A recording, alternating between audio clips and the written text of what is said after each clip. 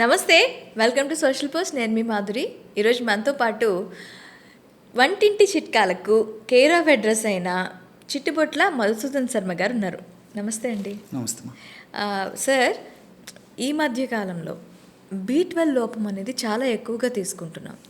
ఆహార నియమాల్లో కూడా చాలా చేంజెస్. రాత్రి అయితే ప్రతి ఒక్కళ్ళు కూడాను రొట్టెలు తినేద్దాంలే, ఇదేంటి అంటే షుగర్ పేషెంట్లు ఉండడము, బీపీ పేషెంట్లు ఇంట్లో ఉండడము, వాళ్ళకి తగిన పోషకాలు అందించే దీంట్లో ఇంటిల్లిపాది కూడాను రొట్టె తినటం, ఆ పుల్కాలు తినటం ఒక దైనందిన జీవితంలో వాళ్ళకి అలవాటు అయిపోయింది.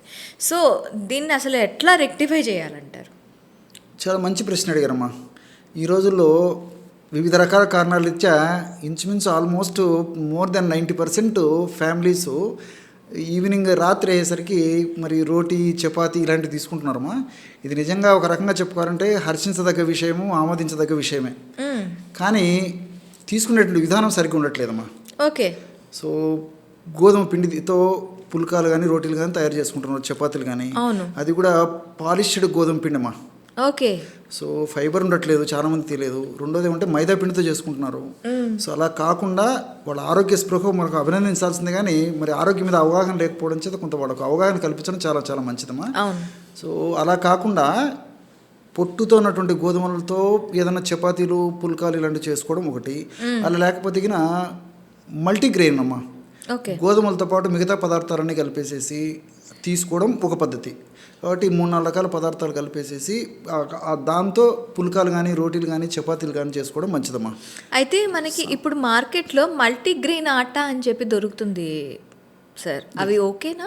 అదే, అందులో కూడా ఫైబర్ బాగుంటే మనం సెలెక్ట్ చేసి తీసుకోవచ్చమ్మా. కొన్ని కంపెనీ వాళ్ళు మంచి ఫైబర్ ఎక్కువగా ఉండేటువంటి పద్ధతులు కూడా మనకు మార్కెటైజ్ చేస్తున్నారు. కాబట్టి ఏమంటే మనం 1-2 సార్లు విచారించి వాడుకోవడం మంచిది, కానీ లేకపోతే కేవలం అడ్వర్టైజ్మెంట్ మీదనే డిపెండ్ అయిపోయి మనం అలాంటి మల్టీ గ్రెయిన్ అట్టా తీసుకొని వాడుకోవడం వల్ల కూడా అందులో కూడా ఈ మధ్యకాలంలో మరి ఈ కాంపిటేటివ్ ప్రపంచం అయిపోయింది కాబట్టి సో రుచిగా ఉండాలని చెప్పేసి, బాగా సున్నితంగా ఉండాలని చెప్పేసి పదార్థం ఆ కాన్సెప్ట్తో వాళ్ళ పిండి తయారు చేసినప్పుడు ఏమవుతుందంటే పోషకాలు ఆల్మోస్ట్ నిల్ అయిపోతాయి. ఎక్కువ కార్బోహైడ్రేట్స్ ఉంటాయి, కానీ సూక్ష్మ పోషకాలు కానీ, ప్రోటీన్స్ కానీ, ఫ్యాట్స్ ఇవన్నీ ఏమి ఉండవు. కాబట్టి దానివల్ల కూడా కొంచెం ఇబ్బంది అయ్యేటువంటి పరిస్థితి ఏర్పడుతుంటుంది. కాబట్టి మరి విచారించి తీసుకుంటే సరిపోతుందమ్మా. లేకపోతే కొంచెం మనం శ్రమ తీసుకుంటే మన ఆరోగ్యాన్ని మించింది ఏం లేదు కదమ్మా. ఆరోగ్యం కోసం శ్రమ తీసుకుంటే ఓన్గా మనం తయారు చేసుకోవడం మంచిదమ్మా. ఓకే. ఎలా తయారు చేసుకోవాలి అంటారు? అదే మల్టీగ్రెయిన్ అమ్మా. మనకు దొరికేటువంటి ఇప్పుడు గోధుమలు ఉన్నాయి, గోధుమలు తర్వాత ఇవి రాగులు, సద్దలు ఇలాంటివి అనేకం ఉన్నాయి కదమ్మా.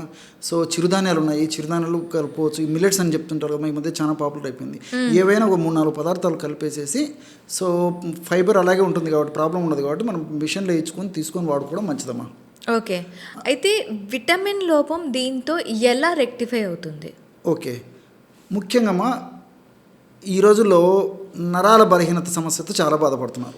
అవును. సో నరాల బలహీనత సమస్య అనేసరికి చాలామందికి నీరసము, నిస్త్రాణ, బలహీనత, అంతుబట్టని అంతు చిక్కని నీరసము, విపరీతమైనటువంటి దేని మీద ఆసక్తి లేకపోవడము, కాళ్ళ నొప్పులు, కీళ్ళ నొప్పులు, తర్వాత ఈ పిక్క నొప్పులు, ఆహారం బాగా తీసుకుంటుంటారు, 3 పూట్ల మంచి మంచి ఫుడ్ తీసుకుంటుంటారు, సఫిషియెంట్ నిద్రపోతుంటారు, కానీ ఉదయం లేచేసరికి నీరసం ఇస్తారు, బాగా కంటిన్యూగా నిద్రపోతుంటారు. కానీ చిన్న వయసు నుంచి పెద్దల వరకు కూడా మరి ఈ సమస్య మొదలైందమ్మా. మీరు చాలా మందిని గమనించండి. సో విపరీతమైన నీరసం. సో దీనికంతా కారణం ఏంటంటే సూక్ష్మ పోషకాల లోపం ప్రధానమైన కారణమమ్మా. సూక్ష్మ పోషకాలు అంటే సో మైక్రోన్యూట్రియంట్స్ అమ్మా. ఓకే. సో ఈ మైక్రోన్యూట్రియంట్స్ లోపం వల్ల ఈ యొక్క సమస్యలు వస్తుంటాయి. అలా అని చెప్పేసి ఏదో బి కాంప్లెక్స్ లేకపోతే మరొక ట్యాబ్లెట్ దీనికి పరిష్కారం అయితే కాదమ్మా. సో మనం తినేటువంటి ఆహారంలోనే మైక్రోన్యూట్రియంట్స్ ఉన్నటువంటి ఆహారాన్ని తీసుకోగలగాలమ్మా. ఇలా దీన్ని ఆహారాన్ని ఎలా సెలెక్ట్ చేసుకోవాలంటే చెప్తానమ్మా. ఉదాహరణకి ఇప్పుడు నైట్ మంచి కాన్సెప్టు పుల్కాలే తీసుకున్నారు అనుకోండి, చపాతీ, రోటీ అది తీసుకున్నాను. ఆ రోటీ పిండిలో ఫర్ ఎగ్జాంపుల్ తౌడు చాలా ఆశ్చర్యపోతారమ్మా మీరు. మనం ఏం చేస్తున్నామంటే అస్సలేని మన దేహానికి ఉపయోగపడేటువంటి తౌడును తీసుకోకుండా తౌడును బారేసేసి మల్లెపూలు లాంటి తెల్లటి బియ్యంతో చేసుకున్నటువంటి అన్నం తినడం కానీ ఇలాంటివి చేస్తున్నామా. సో అన్నం లేని మనం ఉండలేని పరిస్థితి ఏర్పడింది. అంటే నా చిన్నతనంలో అండి ఈ తౌడుని కోళ్ళకి లేదంటే ఆవులకి, గేదెలకి పెట్టేవాళ్ళు. ఇప్పుడు మీరేమో అవునమ్మా, ఇప్పుడు దానివల్లనే ఏంటంటే చాలా మంది తెలియక అస్సలైన సారాన్ని వదిలేసేసి మనం నిస్సారమైన ఆహారం తీసుకుంటున్నామా. ఈ ఓకే. తౌడులో ఈ సెలేనియం లాంటి పోషకాలు అనేక ఉన్నాయమ్మా. సో ఇలాంటివి ఉండడం చేతనే మనిషికి ఆ రోజుల్లో మరి పూర్వకాలం వాళ్ళ తౌడు ఉన్నటువంటి ముడి పదార్థాలు ముఖ్యంగా బియ్యం ఇలాంటి వాళ్ళు వాడుతుండేవారు కాబట్టి వాళ్ళకు మంచి శక్తి ఉండేది, ఎనర్జీ లెవెల్స్ బాగుండేవమ్మా. ఈ రోజుల్లో మరి వాళ్ళకంటే కూడా సోఫిస్టికేటెడ్ మనం ఫుడ్ తీసుకున్నప్పటికీ వాళ్ళలో 10 పైసలు కూడా మనకు ఆసక్తి ఉండలేటువంటి ఉండే పరిస్థితి లేదమ్మా. దీనికంతా ఇదే కారణం అనమాట. సో ఇంకోటి ఏంటంటే థైరాయిడ్ ప్రాబ్లమ్స్ కూడా విపరీతంగా పెరిగిపోయినాయి. ఓకే. సో సెలీనియం అనేది ఉండట్లేదమ్మా. పూర్వకాలం మనం ముడి బియ్యం తింటే ముడి బియ్యంలో కూడా సెలీనియం ఉండేది. సో సెలీనియం ఎప్పుడైతే లోపం జరిగిపోయిందో ఆటోమేటిక్గా థైరాయిడ్ ప్రాబ్లమ్స్ మొదలవుతున్నాయి. ఓకే. అంతేకాకుండా ఈ సెలీనియం లోపం ఉండడం చేత మరి ఎక్కువ శాతం మందిలో సంతానానికి సంబంధించిన ఇబ్బందులు కూడా మొదలైనమ్మా. ఓకే. మరి సంతానం అయినప్పటికీ వివాహం అయిన తర్వాత వాళ్ళు సంతానం కావాలంటే చాలా ఇబ్బంది పడుతున్నారు బికాస్ ఆఫ్ ఈ సెలీనియం ఇలాంటి లోపాలు అనమాట.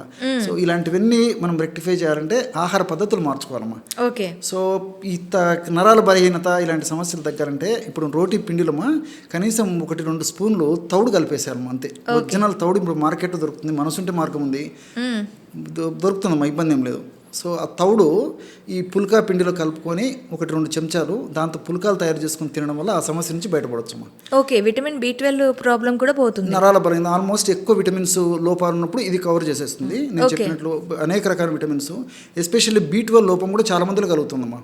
ఓకే. B12 లోపం ఉన్నప్పుడు దీనికి ఏం చేయాలంటే స్పెసిఫిక్గా కొంతమందికి స్పెషల్గా B12 లోపం ఎక్కువ ఉంటుంది. మనం పరీక్ష చేసినప్పుడు కూడా వాళ్ళకు B12 లోపం వల్ల నీరసము, నిస్త్రాణ, బలహీనత, ఏ పని మీద ఆసక్తి లేకపోవడము, కాళ్ళు చేతులు లాగడం ఇలాంటి లక్షణాలు కూడా ఉంటాయమ్మా.